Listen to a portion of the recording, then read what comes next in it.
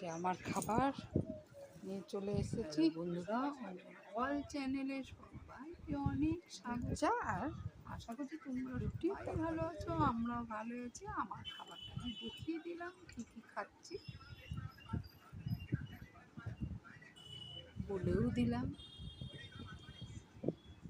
মানে গোলাউটি করেছি পরোটার মতো, অল্প তেল দিয়ে একদম পরোটার মতো করে ভেজেছি। এটা আমার হাতে খুব ভালো হয়। আর হলো একটা তরকারি করেছিলাম সব মিশিয়ে, সেই তরকারিটা দিয়ে একটু নিয়ে খাচ্ছি। আর এর সাথে দুধ চা। আজকে আমার এটাই টিফিন ছিল। ছেলে দুটো এরকম গোলা রুটি পরোটার মতো করে দিলাম, ওরটা আবার খুবই তেল কম দিয়ে করে দিলাম। ওটা দিয়ে পটল আলুর একটু তরকারি করেছিলাম, সেখান থেকে দিলাম, ওটা দিয়ে ও খেলো। আজকে তো বাড়ি যাব, আমরা আজকে বলছি মানে আর তো দুদিন বাদে বাড়ি যাব, তাই আটা বেশি ছিল না বলতো না। নাহলে আমি ভাবছিলাম আজকে পরোটা বা লুচি করে খাবো, লাস্ট দিন খেয়েই যায়। কালকে আবার ছেলের পরীক্ষা, আবার কালকে করব না, সেই জন্য ভাবছিলাম। কিন্তু ভাবলে কি আটা না তেমন ছিল না। আবার এখন বরকে আনতে বলে আবার একটু বেশি হয়ে যাবে, তখন দেখা যাবে আবার বেঁচে গেল, থেকে গেল। কালকে তো করবোই না একার জন্য। আর এদিকে দেখাচ্ছি, দেখো কতটা আমার গোলাটি পাতলা হয়েছে, খুব সুন্দর পাতলা আর তুলতুলে নরম, মানে পরোটা হয়েছে, একদম পরোটার মতো আমি ভেজেছি। প্রথম দিকেই দেখিয়ে দিয়েছি, দেখো তোমরা। যদি তোমরা না করতে পারো অবশ্যই আমাকে কমেন্ট করে জানিও। না না, তোমরা সবাই করতে পারো। আমিও অনেকের ভিডিও দেখি তো, খুব সুন্দর সুন্দর করে, আমি দেখেছি। তবে আমার হাতেও কিন্তু খারাপ হয় না, ভালোই হয়।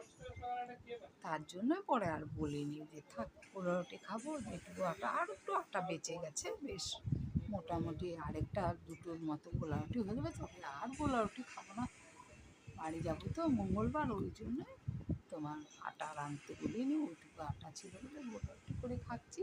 আর আমার তো বেশ ভালোই লাগে, আমি তো তোমাদের বলেইছি গোলা রুটি খেতে বেশি ভালো লাগে, বেশ নরম নরম তুলতুলে হয় তো, খেতে বেশ ভালো। আর দুটো যদি পাতলা পাতলার মতো করে নাও, পেটটাও ভরে যায়, তাই না? তবে গোলা রুটিতে কিন্তু পেটটা ভার হয়।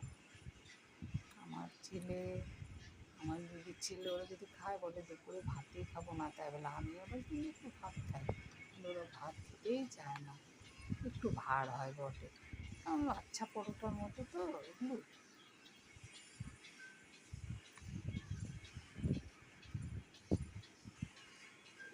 আর তরকারিটা করেছি না, মানে সব মিশিয়ে পাঁচ মিশালি, মানে বেশ ভালো হয়েছে খেতে, এত সুন্দর হয়েছে কি বলবো। পাঁচ ফোড়ন দিয়েছি, হালকা একটু জিরের গুঁড়ো আর লঙ্কা, লঙ্কা গুঁড়ো দিইনি, কাঁচা লঙ্কা বেশি করে দিয়েছি ঝাল ঝাল করার জন্য। আর হচ্ছে দিয়েছি হলুদ, নুন, মিষ্টি। আর এগুলো একটু সর্ষের আর কি গুঁড়ো দিয়েছি। তারপরে নাড়াচাড়া করে হালকা একটু জল দিয়ে, তারপরে যখন শুকিয়ে প্রায় আসছে নামিয়ে নিয়েছি। এত ভালো হয়েছে, দারুণ ভালো। চান আমার না এইসব তরকারি, ওই যে ঝোল দেয়, পটল আলু ঝোল বা ফুলকপি আলু দিয়ে ঝোল, ওইসব ডালনা ফালনার থেকে এইসব তরকারিটা বেশিই ভালো লাগে। আর ভালো লাগে এইসব তরকারি অবশ্যই কমেন্টে জানি।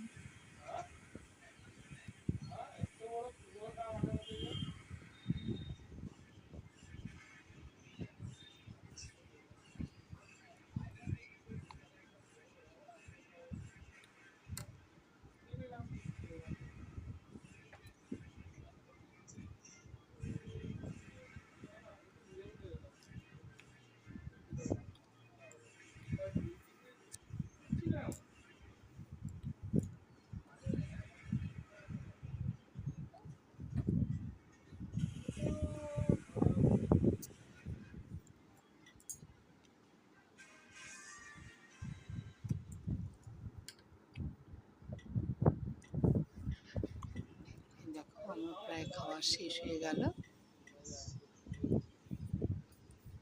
খুব টেস্টি টেস্টি খাবার ছিল। আর এটা কিন্তু আমার হাতে লঙ্কা না, ডাঁটা, ওই যে বললাম না পুঁই ডাঁটা দিয়ে একটা তরকারি করছি, ওইটা তরকারিটা নিয়েছিলাম। পুঁই ডাঁটাটা এতটাই ভালো এনেছিল আমার বরমশাই, কী বলবো তোমাকে। পুঁই ডোকা না সবটা ভালো লাগে না দেখবে, আর এই পুঁই ডোকাটা খুব স্বাদ ছিল দেখলাম। তারপরে এই যে একটু চা খেয়ে নিচ্ছি, থালগুলো সব সরিয়ে রাখলাম পাশে, এবার একটু চা খেয়ে নিই। চাটাও হ্যাপি হয়েছিল। আগে তো এই দুধের চা আমি খেতামই না, যে গোলানো দুধ মানে গুঁড়ো দুধ, আমুল বলো এভরিডি বলো, কিন্তু এখন আমি খাই, আমার বেশ ভালোই লাগে। বলে না অভ্যাসের দাস, আমার এটাই হয়তো অভ্যাস হয়ে গেল। আগে আমি খেতামই না এই দুধের চা, আমি গরুর দুধ ছাড়া চাই খেতাম না। সবাই বলতো যে গরুর দুধের চা পাতলা হয়, ভালো না। আমার আবার বলতাম যে না, আমার আবার ওইটাই খেতে খেতে ওইটাই অভ্যাস। আমি তখন রাখতাম তো গরুর দুধ, আর এখন তো রাখি না, এখন আমি এইসব দুধ